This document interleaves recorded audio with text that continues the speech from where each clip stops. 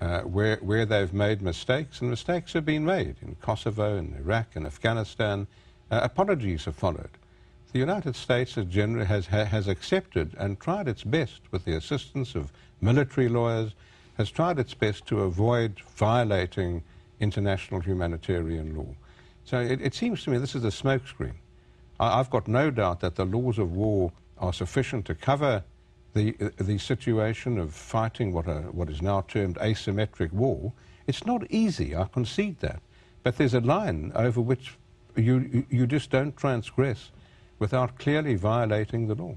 Many Israelis said that if they took your findings to heart, they would not be able to root out the terrorists that surround them. And Israel does live in a sea of animosity. Well, you know, I just don't accept that. I don't accept that the destruction of the food infrastructure is necessary to fight terrorism from Gaza. Let me show you a clip from the speech made at the United Nations by the Israeli Prime Minister Benjamin Netanyahu. A democracy legitimately defending itself against terror is morally hanged, drawn, and quartered, and given an unfair trial to boot. By these twisted standards, the UN Human Rights Council would have dragged Roosevelt and Churchill to the dock as war criminals. What a perversion of truth. What a perversion of justice. The same UN that cheered Israel as we left Gaza, the same UN that promised to back our right of self-defense, now accuses us, my people, my country, of being war criminals. And for what? For acting responsibly in self-defense, for acting in a way that any country would act, with a restraint unmatched by many. What a travesty. Ladies and gentlemen, Israel justly defended itself against terror. This biased and unjust report provides a clear-cut test for all governments. Will you stand with Israel, or will you stand with the terrorists? What were you thinking as you just listened to that? Well, I was thinking it's a complete misunderstanding and lack of appreciation of what humanitarian law is all about. And again, it's no answer to say that there's a right of self-defense. As I say, I accept the right of Israel absolutely to defend itself. But let me give you an example. Assuming the United States, fighting Taliban, started bombing the whole food infrastructure of the people in the area where Taliban are, ploughing up fields, bombing food factories, I don't believe that this would be accepted as legitimate by the people of the United States. So do we need to change the rules of war in fighting terrorism? Not at all. And you know, it struck me when I heard that Prime Minister Netanyahu suggested that the law of war needs to be changed. It seems to me to contain an implicit acceptance that they broke the law as it now is, and that's why it needs to be changed. From the get-go, Israel refused to cooperate with you. Israel would not even let you in the country to conduct investigations. How could you expect to do a good job then with only one side of the story? Well, you know, I naively, I must confess with hindsight, believed that Israel would cooperate. I thought that I'd obtained an even-handed mandate really for the first time from the Human Rights Council. I really expected the Israeli government to seize this opportunity of using an even-handed mission to its advantage. And I pleaded with the Israeli government in one letter directly to Prime Minister Netanyahu. I said, please meet with me. Tell me how you want us to implement the mandate. Give us advice as to how we should go about it. I assume they do that. Did you hear from him? The final refusal came some two and a half months later, after we were busy involved. We were committed. It was really, it seems to me, too late to withdraw at that stage. What is your judgment as to why Israel refused to cooperate?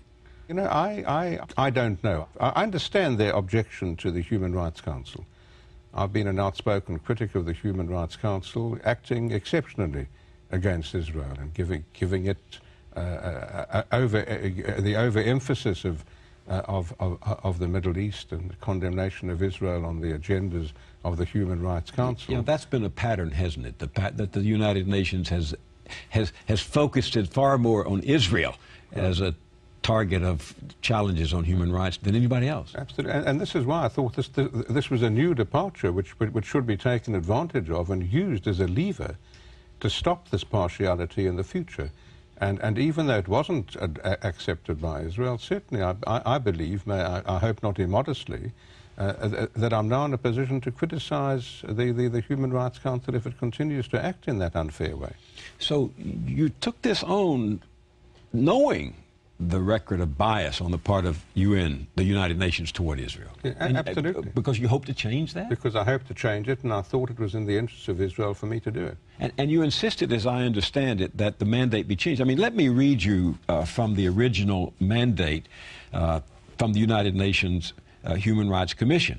Quote, investigate all violations of international human rights law and international humanitarian law by the occupying power, Israel, against the Palestinian people throughout the occupied Palestinian territory, particularly in the occupied Gaza Strip. Now, that's pretty charged language, Judge. Not a single mention of Hamas or the other militants who were firing thousands of rockets into Israel.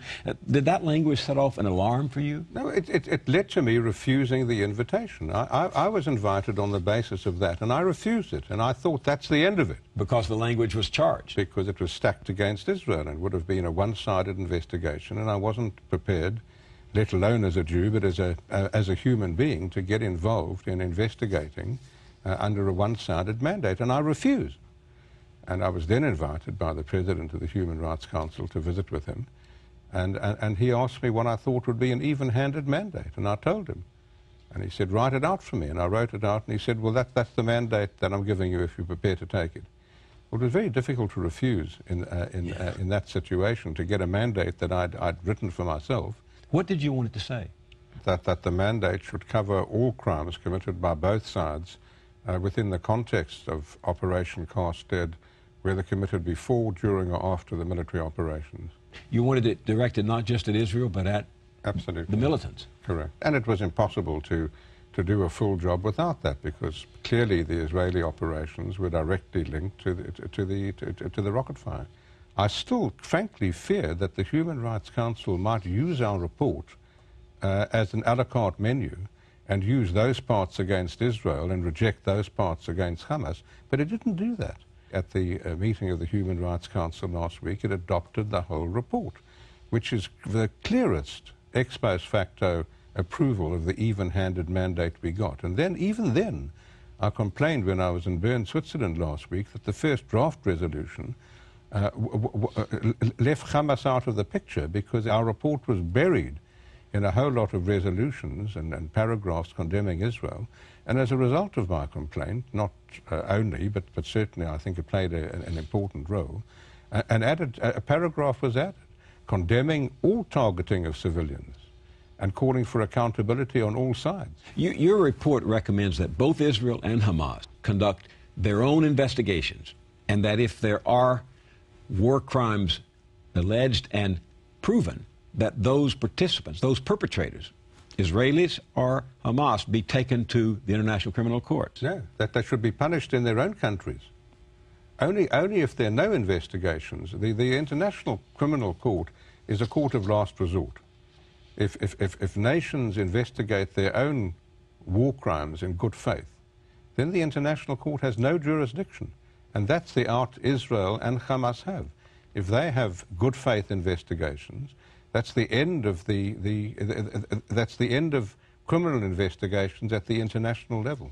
So what are they afraid of as you read Israel? Well, I can only assume they're afraid of an even-handed good faith investigating, proving that serious war crimes were committed, and that they don't want. Do you think Hamas will likely do an investigation itself? Well, I think there'd be tremendous pressure on them to do that if Israel did. You said recently that to understand international justice, you have to understand the politics of international justice. What do you mean by that?